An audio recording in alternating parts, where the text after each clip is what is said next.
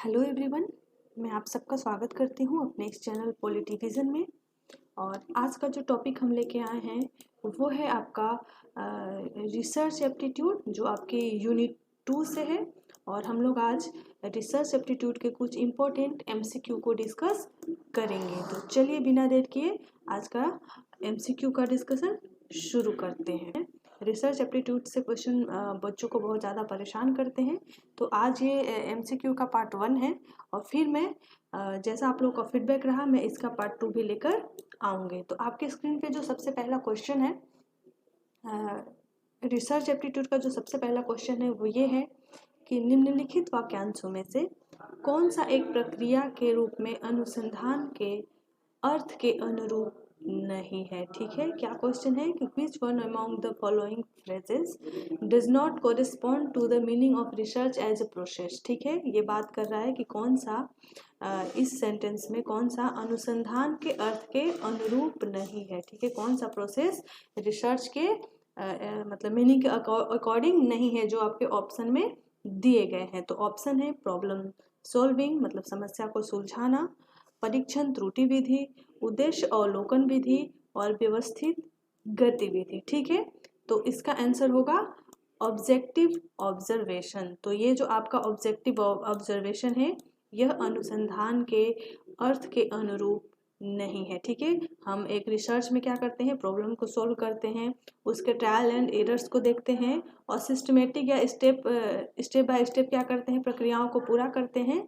लेकिन इसमें objective observation जो है शामिल नहीं होता है, इसलिए आपका ये आंसर सही हो गया। ठीक है, तो आते हैं हम लोग नेक्स्ट क्वेश्चन पे। नेक्स्ट क्वेश्चन है कि निम्नलिखित चर में से किसे मात्रात्मक शब्दों में व्यक्त नहीं किया जा सकता।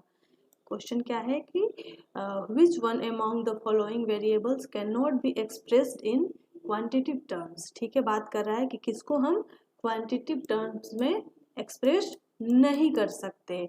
ऑप्शन है संख्यात्मक योग्यता, marital status, socio economic status और प्रोफेशनल एटीट्यूड। ठीक है, तो इतने सारे ऑप्शन में हम प्रोफेशनल एटीट्यूड को क्या नहीं कर सकते, क्वांटिटिव टर्म्स में एक्सप्रेस नहीं कर सकते। तो इसलिए आपका option D is a correct answer.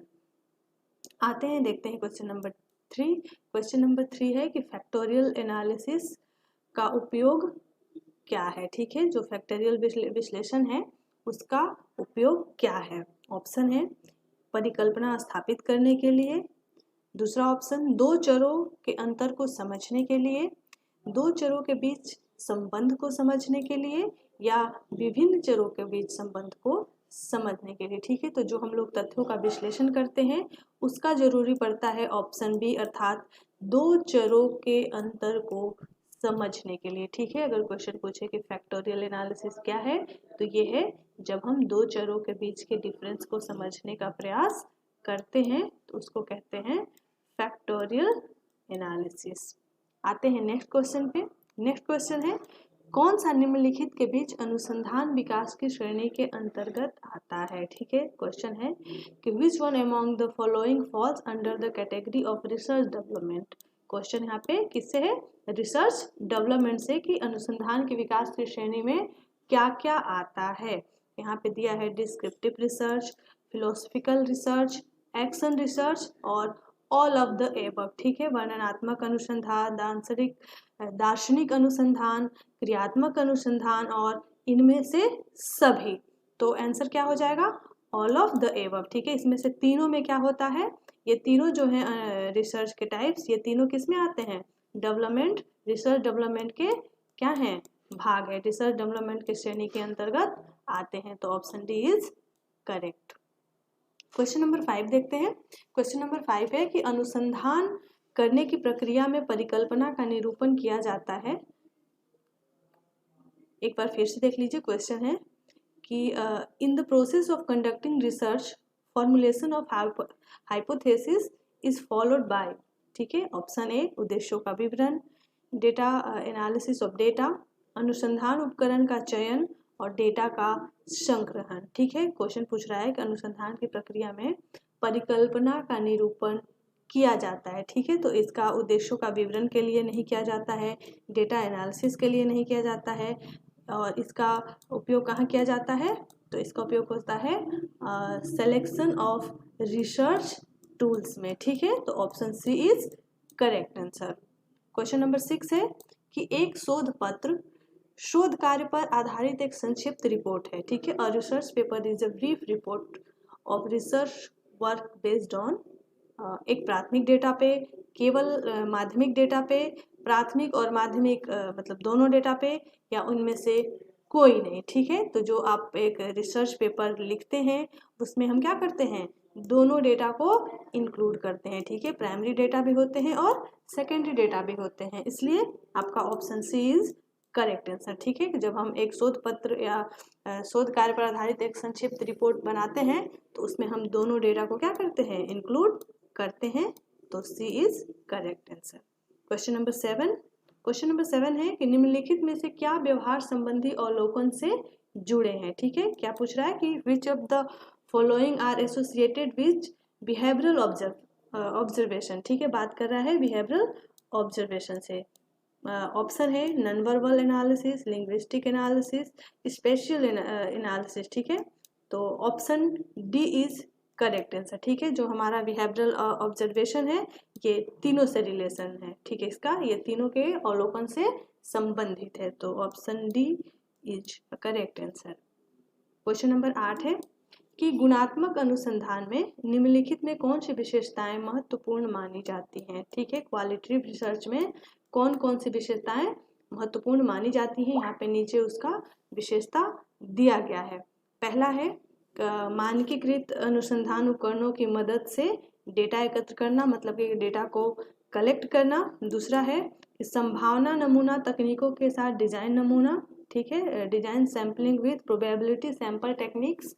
And option C कि collecting data with bottom up empirical evidence, ठीक है। किसकी बात कर रहा है? ये बॉटम अप, ठीक है। और ऑप्शन डी इज, यहाँ पे एक्चुअली ऑप्शन डी होगा ये, ऑप्शन डी है कि gathering data to top down, ठीक है। यहाँ पे बात कर रहा है बॉटम अप और यहाँ से टॉप टू डाउन की बात हो रहा है, ठीक है। तो ये दोनों को आपको देखना है, तो इसका आंसर हो जाएगा ऑप्शन सी। मतलब जो क्वालिटेटिव रिसर्च है उसकी एक विशेषता ये है कि जो डेटा है कहाँ से करता है? बॉटम से अप तक करता है, ठीक है। बॉटम टू अप मतलब नीचे से ऊपर की ओर जाता है। मतलब कि जब हम कुछ गुणात्मक अनुसंधान कर रहे होते हैं तो पहले क्या करते हैं?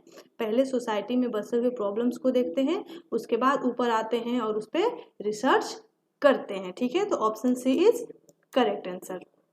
आते हैं क्वेश्चन नंबर 9 पे। क्वेश्चन नंबर 9 है कि random sampling is helpful as it is, actually ये फिलिंग द ब्लैंक्स का है कि यादृच्छिक नमूनाकरण रिक्त स्थान है यहाँ पे के रूप में सहायक होता है। किसके? यादृच्छिकरण नमूनाकरण जो है मतलब रैंडम सैम्पलिंग है वो किस रूप में सहायक होता है? ऑप्शन ए बिल्कुल सटीक, ऑप्शन बी व्यक्तिगत पूर्वाग्रहों से मुक्त होने में, ऑप्शन सी डेटा संग्रहण की किफ़ायती विधि में, और ऑप्शन डी उपरोक्त सभी में। तो जो आपका रैंडम सैम्पलिंग है ये आपके तीनों में सहायक होता है, ठीक है। यह मतलब क्या है? रीजनेबली एक्यूरेट करने में भी मदद करता है, पूर्वाग्रहों से मुक्त करने में भी मदद करता है, और डेटा को किफ़ायती बनाने के लिए भी इसका यूज होता है। तो इसलिए option D is correct answer.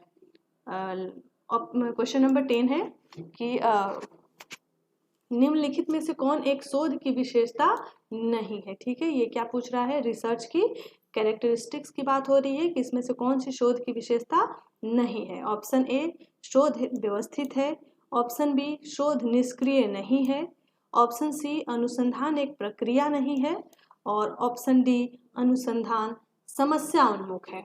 Dear student, ये तो आपके ऑप्शन से ही लग जाएगा कि यहाँ पे बात क्या हो रही है? शोध व्यवस्थित है, यहाँ भी अफर्मेटिव है। यहाँ पे क्या पूछ रहा है कि शोध निष्क्रिय नहीं है, ठीक है। यहाँ पे ध्यान देने वाली बात यह है, आप जब एग्जाम में जाइए तो नहीं और है के बीच जरूर अंतर कर लीजिए, नहीं तो फिर आपका आंसर रॉन्ग होने का संभावना ज़्यादा है। मतलब कि जो सक्रिय है अर्थात जो निष्क्रिय नहीं है मतलब वो एक्टिव है। और यहाँ पे बात कर रहा है कि अनुसंधान एक प्रक्रिया नहीं है, जबकि क्या है? अनुसंधान एक प्रक्रिया है, ठीक है, बार बार करने वाली प्रक्रिया है, ठीक है। और ये तो आपको पता है कि प्रॉब्लम ओरिएंटेड रिसर्च होता है। तो ये इसलिए आपका option C is correct answer, क्योंकि यहाँ पे बात हो रही थी कि कौन सी एक शोध की विशेषता नहीं है। ये था आज का 10 प्रमुख क्वेश्चन जो हम रिसर्च एप्टीट्यूड से लेके आए हैं। तो आज के लिए बस इतना ही, फिर मिलते हैं इसके सेकंड पार्ट के साथ। तब तक के लिए थैंक यू वेरी मच।